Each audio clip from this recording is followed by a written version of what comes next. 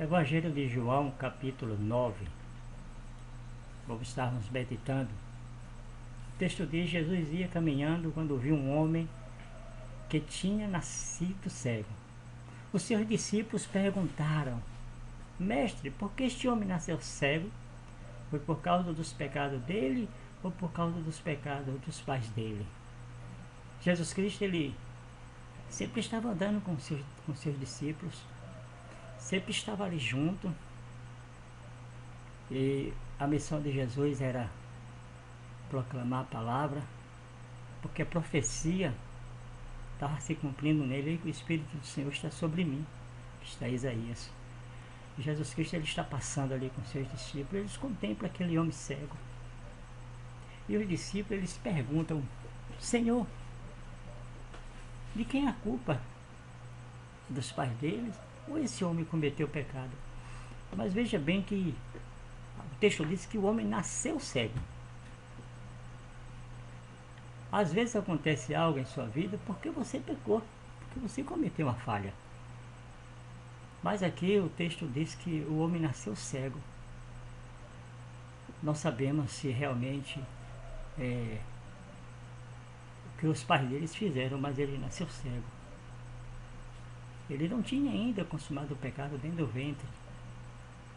Antes de continuar o texto, vamos dizer, conheci uma jovem, ela engravidou, uma adolescente, e ela tomou um remédio para que a criança morresse.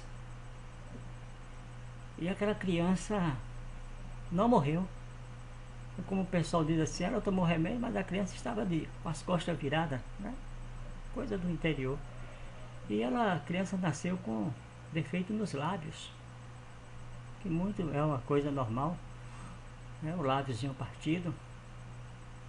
Então ela se sentia culpada, porque ela acha que a criança nasceu daquele jeito porque ela tomou remédio para matar. Mas nós sabemos que é um problema genético também, um problema que acontece com muitas pessoas.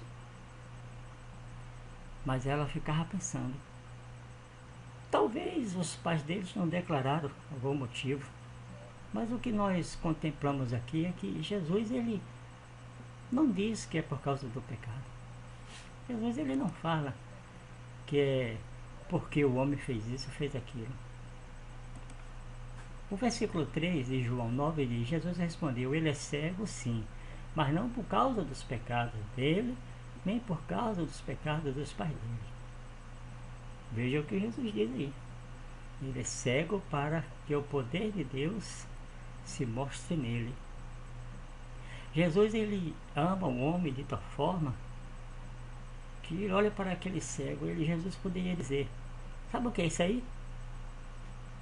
Quando Adão pecou, Adão trouxe a consequência do pecado para nós, para vocês. Jesus poderia dizer, mas Jesus diz: não, não é por causa do pecado.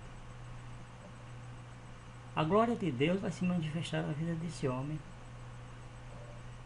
Talvez você não seja cego fisicamente, mas talvez você seja cego espiritualmente e também não compreender a palavra.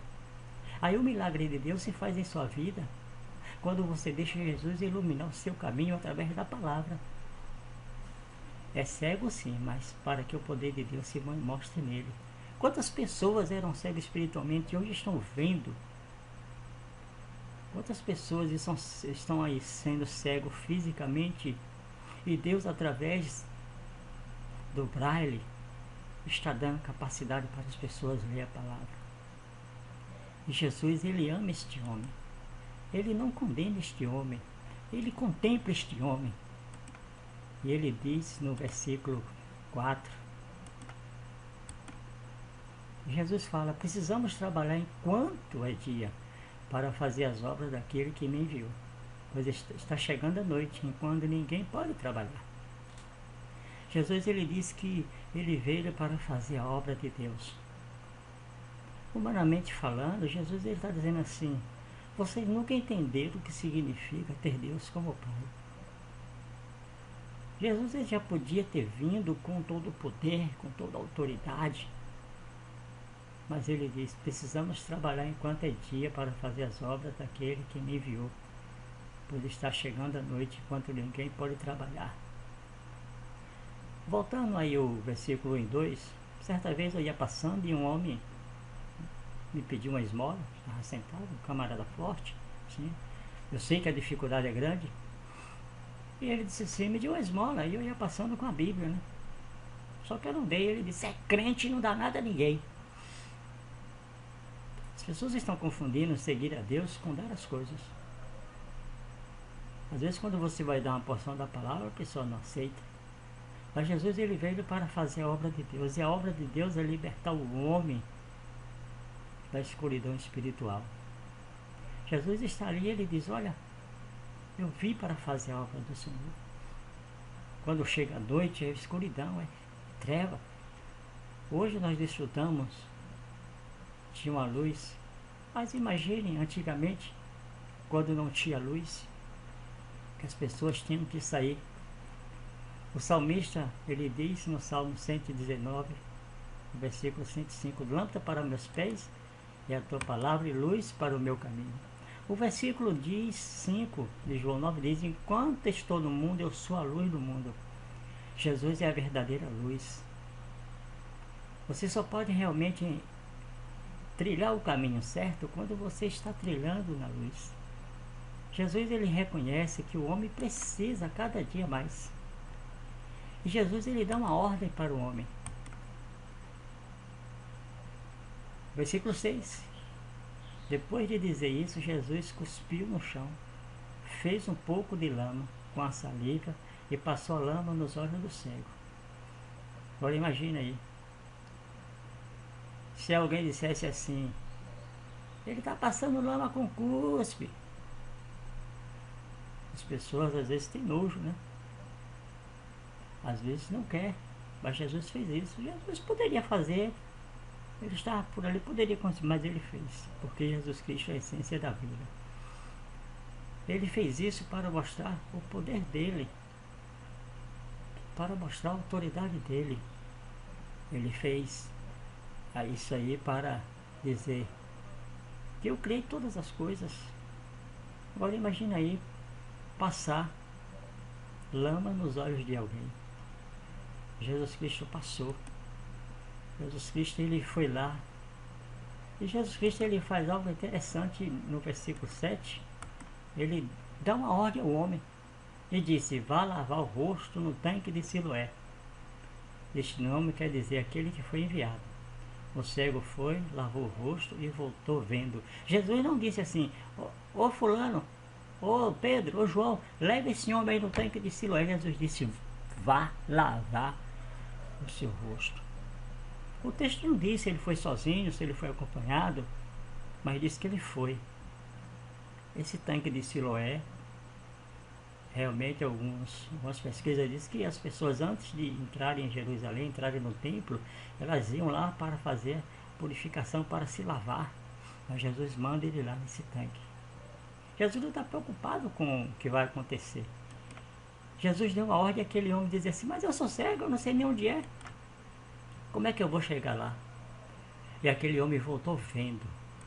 E Jesus, a palavra diz no versículo 8, os seus vizinhos e as pessoas que costumavam vê-lo pedindo esmola perguntavam, não é este homem que ficava sentado pedindo esmola? Aquele homem ele estava ali agora, ele não estava mais pedindo esmola. Ele estava ali, as pessoas reconheceram que era ele. Reconheceram que este homem era o pedinte. E o versículo 9 diz, e ele dizia a alguns, não, não é, mas é parecido com ele, afirmava a outros. Porém, ele dizia, sou eu mesmo, aquele homem que era cego. Passou a enxergar, passou até a vida, porque Jesus, ele dá a vida ao homem. Jesus, ele é o Senhor da história, ele pode fazer todas as coisas. Você medite, aquele homem era cego, mas Jesus passou pela vida dele. Aquele homem era cego e perguntaram se era culpa dele. Jesus disse que não. Aquele homem viu Jesus dizer que ele veio para fazer a obra de Deus. Aquele homem ouviu Jesus dizer que ele é a luz do mundo. Imagina a esperança no coração dele. Aquele homem recebeu uma ordem: vá até o tanque de Siloé. E ele não questionou, ele foi. E as pessoas começaram a dizer: eu acho que é ele, parecia ele, sou eu. Porque quando Jesus faz uma obra na vida da pessoa, ela não tem medo de dizer que é ela. Se você não tem coragem, se você está pensando no que as outras pessoas vão falar de você, abra o seu coração, deixa Jesus salvar a sua vida. A pior escuridão é a escuridão espiritual. E Jesus libertou aquele homem de duas escuridões, a espiritual e a física. E ele não teve medo, e ele disse: sou eu. No próximo vídeo continuaremos o nosso estudo.